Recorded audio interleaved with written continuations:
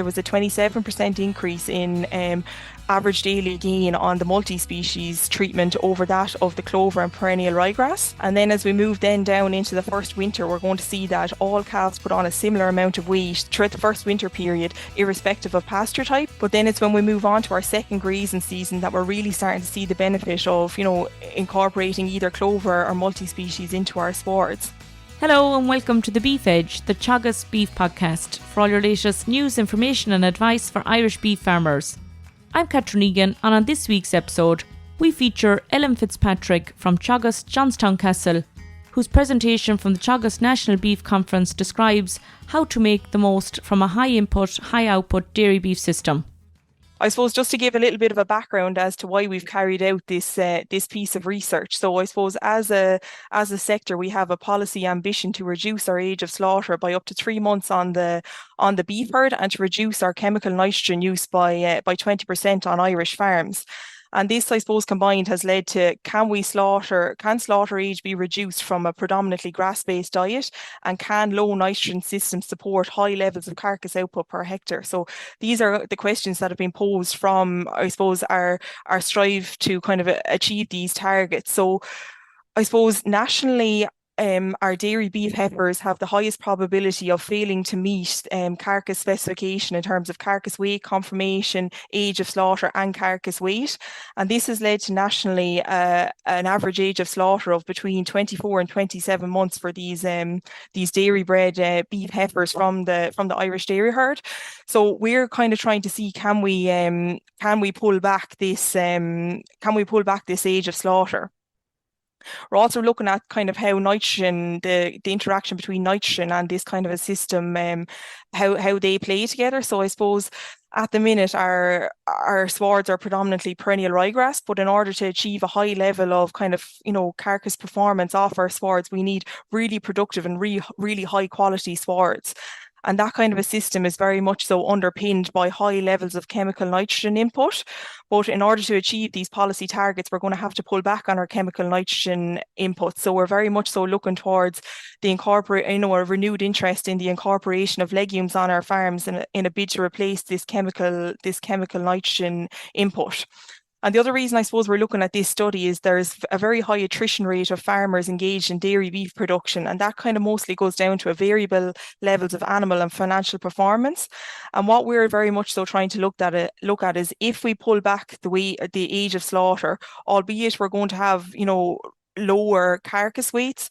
But if we can slaughter these animals and get them relatively, in spec off pasture, we will completely eliminate the need for a housing period and concentrate supplementation on these animals. So that's kind of what we're trying to look at, and all these elements combined, that will they provide kind of a more viable option for dairy beef farmers.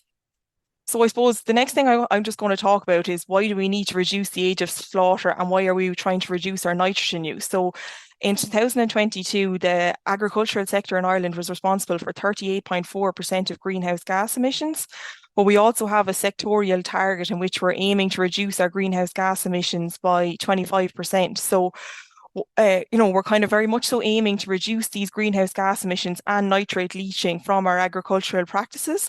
And the reason we want to do that is because we want to improve groundwater quality and we want to improve our air quality. So in pulling back, I suppose, our nitrogen application, we're going to reduce the level of nitrous oxide emissions.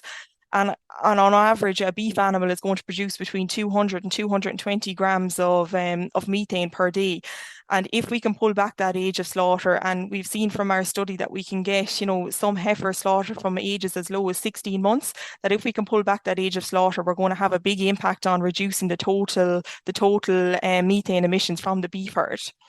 We're also trying to very much so reduce the imports of fertilizer or feed on our farm. So if we are able to fix our own nitrogen and grow our own protein sources, as farmers, we're not as vulnerable to kind of volatile prices in terms of feed and fertilizer inputs onto our farm. We're also going to improve our nitrogen use efficiency, and there's going to be a lower fossil fuel kind of requirement associated with manufacturing and transporting of fertilizer and feed. And finally, just cost. Like we're all trying to reduce our costs and improve the viability of these farming systems. So, with keeping our animals for longer and also, spreading additional nitrogen, it comes at a big cost to our farms.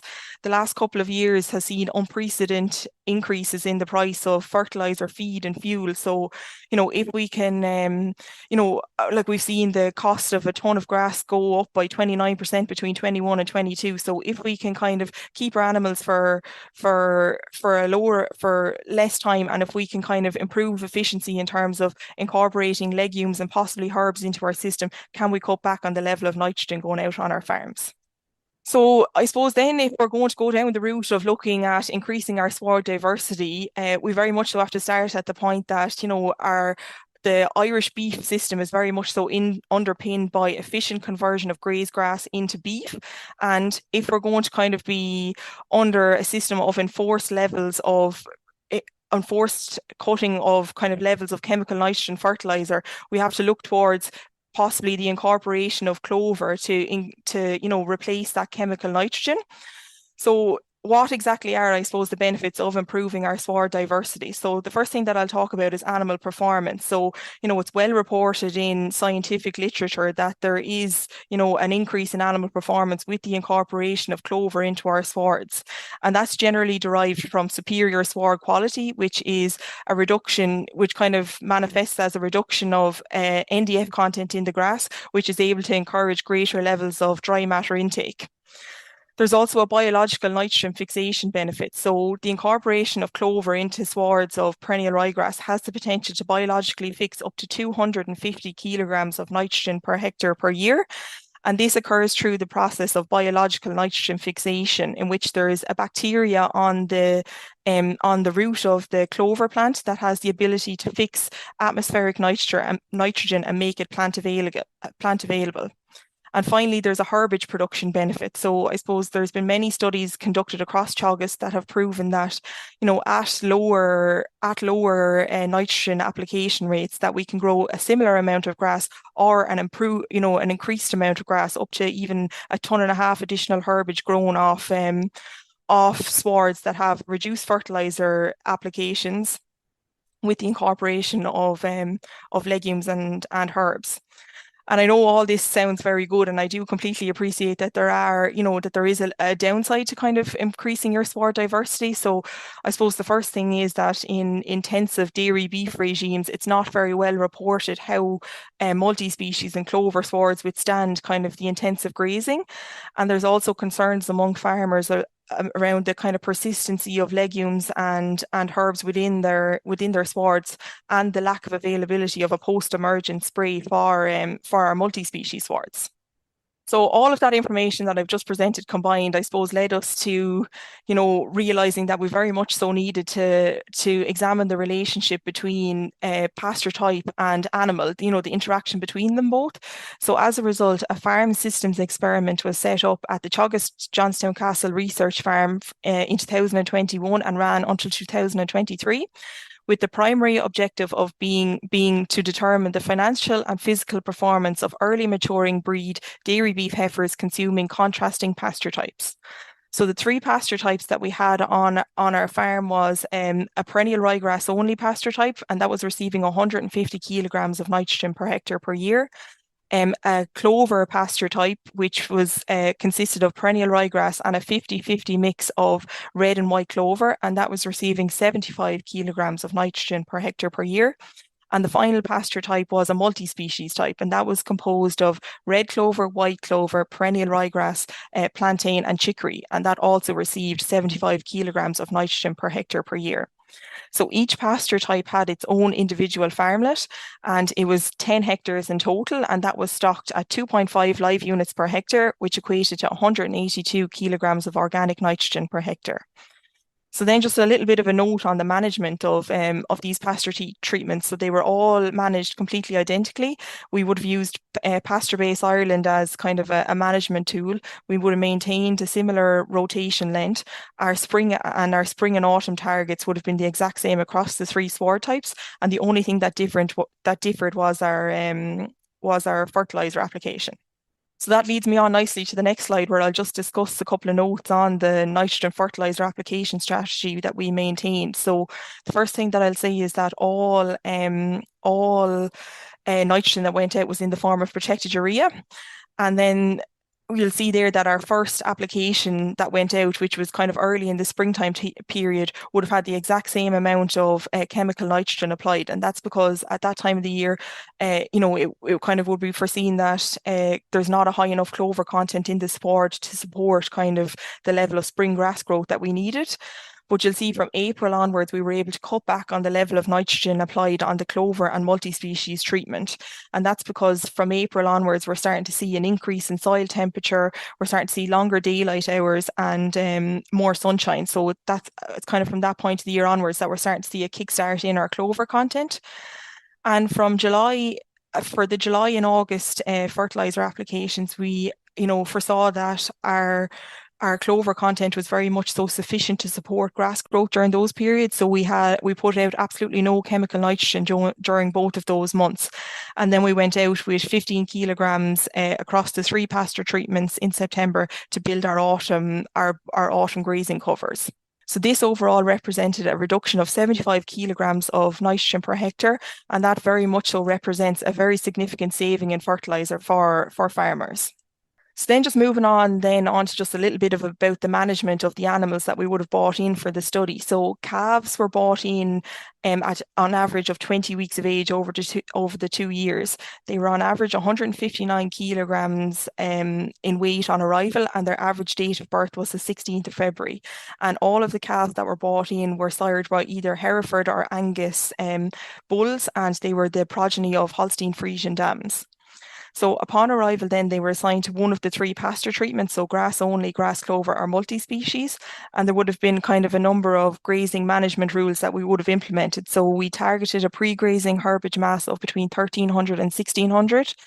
And we aimed for a post-grazing sward height of 5 centimetres, and that was to strive to encourage quite good quality regrowth in the subsequent rotations, but also not to have an effect on animal performance.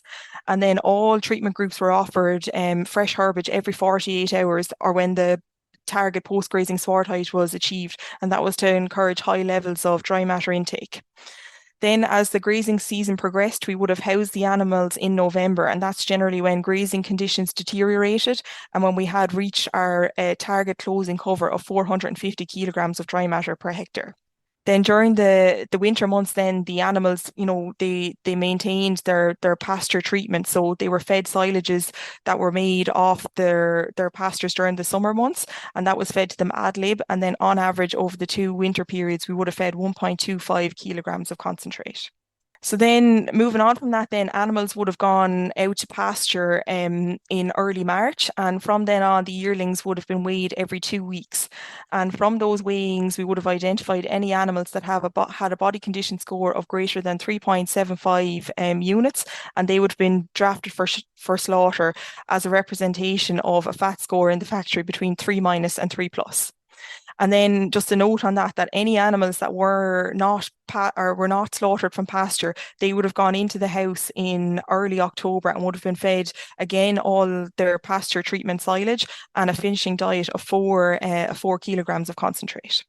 So then I suppose just to talk a little bit then, I've kind of told you all about what we did and why we did it, and kind of this is now moving on to like what kind of results did we get from this. So the first thing I want to say from this is that all 3 pasture treatments were treated the exact same. And I know I've said it already, but I just want to, really drive home that, we weren't given any pasture type an advantage over the other, and that any benefits that were seen in terms of herbage production or animal performance were because of superior sward quality, not because we were given one pasture type an advantage over another one.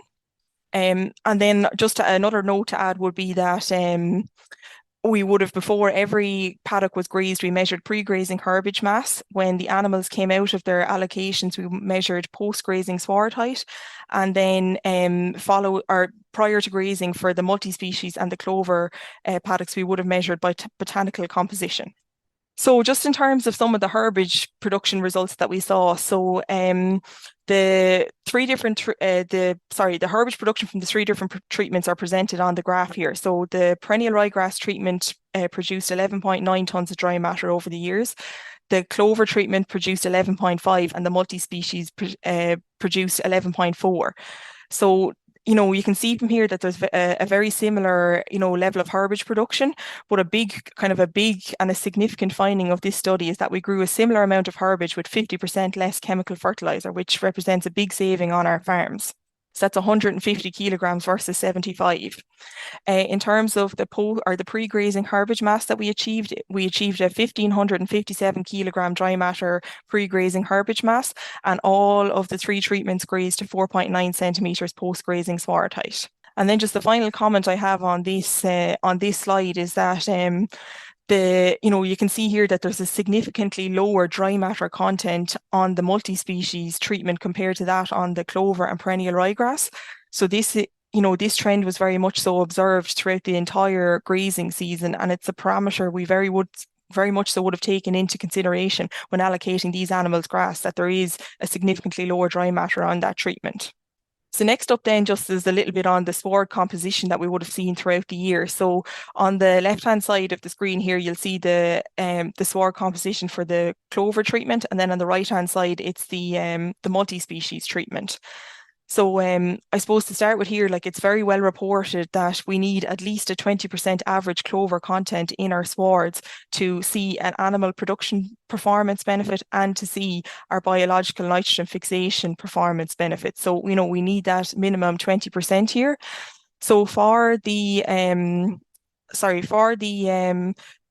clover treatment, the average sward composition was 20% white clover or total clover throughout the entire grazing season. So it was 22% for the clover. And then the composition of the multi-species treatment was 21% clover, 46% perennial ryegrass, 25% plantain, 6% chicory, and 2% weeds. So that was kind of the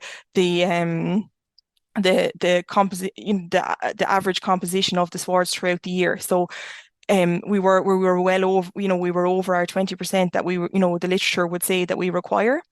And those average sward compositions would take into account that clover, for example, starts at quite low levels early in the year and tends to peak in the, months between kind of July and September. So that kind of takes all of that into account. For this study, peak clover content was observed in September for the clover for the clover only treatment at 32%, and it was observed in July for the multi-species treatment at 37%. Plantain peaked in March for the multi-species treatment, and chicory peaked in October for the multi-species treatment also. Then just a couple of more comments on the sward composition. So I think, as we all know that perennial ryegrass, it heads out kind of in the period of late May and early June. And, that's when it goes through the reproductive growth stage, and the quality of the sward generally tends to really be, quite poor at that stage. But it's from here on that you can see that, that's when we're starting to see significant increases in our clover contents in both pasture types. And, you can very much so see that these two species can be very much so complementary to each other, so that as perennial ryegrass, quality is declining, our sward clover content is increasing. So it can provide, highly nutritious pastures throughout the entire grazing season. And then the final comment I'll just make on this slide is that, the growth pattern of our clover that you can see on both graphs very much so corresponds that we have sufficient levels of clover in our sward in our, July and August, in the months of July and August, when we're putting out no chemical nitrogen. So, we're confident that we're able to support herbage production at those time points through the year with sufficient clover content. Up to now, I suppose I've discussed the agronomic benefits of our differing pasture types, but now we want to see the effects that these, the interaction that these pasture types have with our dairy beef heifer. So, is there a performance benefit by improving your sward diversity? So the first slide that I'll talk about would be the live weight performance. And I suppose the first thing I'll bring your attention to is the first grazing season. So here we can see that there was a 27% increase in average daily gain on the multi-species treatment over that of the clover and perennial ryegrass. And then as we move then down into the first winter, we're going to see that all calves put on a similar amount of weight throughout the first winter period, irrespective of pasture type. But then it's when we move on to our second grazing season that we're really starting to see the benefit of, incorporating either clover or multi-species into our swards. So the greater, I suppose, performance in our second grazing season has led to greater lifetime performance of our multi-species and our clover animals compared to that of our perennial ryegrass. So this is very much so an indication that the pasture performance of the perennial ryegrass was lower than that of the clover and multi-species, at all time points through while grazing pasture. So it very much so shows that increasing sward diversity does have an impact on sward quality, which is translated into animal performance. And I think just in conclusion for this slide, I think very much so a blueprint that could be adapted by any beef farmer is that, the superior performance of our calves on the multi-species would mean that putting a proportion of our grazing area into under multi-species for calves and then putting the remainder of our grazing area into clover for our yearlings would be kind of a good system to kind of optimize performance, and also you're cutting back on your nitrogen. So then just on to the slaughter performance. So while we've seen, better performance in terms of live weight gains for our clover and multi-species, I'm just going to talk now about how that translated into slaughter performance. So the first thing that I'll just bring your attention to is that the perennial ryegrass had 68% of the heifers were slaughtered off pasture. The clover treatment had 86% of the animals slaughtered off pasture, and the multi-species had 75% of animals slaughtered off pasture. So this, I suppose, the greater number of animals slaughtered off the multi-species in the clover pasture very much so translated into a lower level of concentrate, finishing concentrate requirement. So on average, the finishing concentrate requirement for the clover group was 25 kilograms of concentrate. It was 34 kilograms of concentrate for the multi-species, and it was 62 kilograms of concentrate for the perennial ryegrass. So this very much so shows that, grazing either clover or multi-species swards, that you are very much so going to reduce your housing and concentrate requirement compared to that with your perennial ryegrass. In terms of slaughter age, the perennial ryegrass were slaughtered at 19.6 months versus 19.2 months for your multi-species and your clover. And although it took a longer time to get to slaughter for the perennial ryegrass and a greater concentrate supplementation was required, they still had a significantly lower carcass weight compared to that of the clover and multi-species. And they were also leaner, and that's represented by a half a fat score lower than that of the clover and multi-species. So, despite taking longer to get to the factory, they still weren't, good in terms of specifications as that of the clover and multi-species. So in terms of slaughter weight, the clover and multi-species had higher slaughter weights, and that was very much so translated into their higher carcass weights. So I think that this kind of very much so does prove that, if you're going to graze more diverse swards, that there's superior herbage quality, and that can lead to animals greater levels of kind of animal performance, which is translated into greater carcass gain and an ability for these animals to lay down fat slightly earlier in life. So overall, we can say that the perennial ryegrass group did not really perform as well as the other two treatment groups. And I think kind of a conclusion from this is very much so that, incorporating, clovers and multi-species and overall improving your sward diversity can very much so be used as a technology to kind of reach our climate action targets. And this is very much so, a trend that can be applied to any sort of a beef system, albeit, sucklers or animals bred from the suckler herd, or, steers from the dairy herd, that like these gains in performance can be applied to any of the different production systems, which I think, is a really good, bit of kind of research to be coming from this study. So then I suppose I've presented a lot of results there. So just to summarize them though, summarize what we've kind of concluded throughout this study. And that seems to be that incorporating clover and herbs into your system can improve your overall animal performance. So we saw, 250 kilogram carcass weight versus 243 kilogram carcass weight. It can reduce your age of slaughter. So we can go from 19.6 months to 19.2 months. We were able to grow a similar amount of herbage from a reduced, from 50% less chemical nitrogen fertilizer application. And then this can, because we have a lower housing requirement, we have lower concentrate requirement, and we have a lower fertilizer requirement, we can increase the profit of these systems compared to, just being a ryegrass only system. So I think overall, this is very much so proven that we're doing less with more, and we've got overall improved sustainability, and it puts us one step closer towards, hitting these climate action targets that have been faced with us. And then I'll just finish here with just a little bit of a talk on the new study that we've set up, and it started here in the spring in 2023. So I suppose, I totally appreciate that the carcass weights that we would have achieved in this study, were relatively small compared to animals that might be born from the suckler herd. So what we're kind of trying to look towards now is how can, we've kind of realized that really good grassland management and really good pasture performance, and that improving or increasing our spore diversity, that we can improve performance. But now we're kind of going chasing, maybe a 15 to 20 kilogram additional carcass weight. So this is kind of all being combined into the reason why we're doing this new study. So as I was saying, it started in the spring of this year, and there's a PhD student, Pádraig Coleman, working on it, along with Nikki Byrne and I from Teagasc and Alan Kelly from UCD.